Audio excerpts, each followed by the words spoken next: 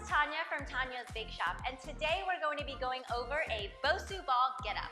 To start off, you're going to need a Bosu ball on the ground, and then you're going to stand in front of the Bosu ball with your heels at hips width apart.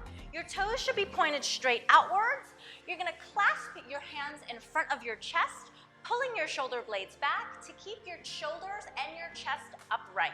So now squeeze your core, drop down into a squat and sit all the way down onto the ball, and then push off your heels and stand right back up.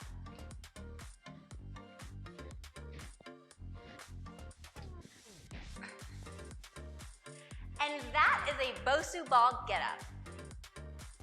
Thank you guys so much for watching. Don't forget to comment, like, and subscribe if you'd like to see more videos from me. Thanks, guys!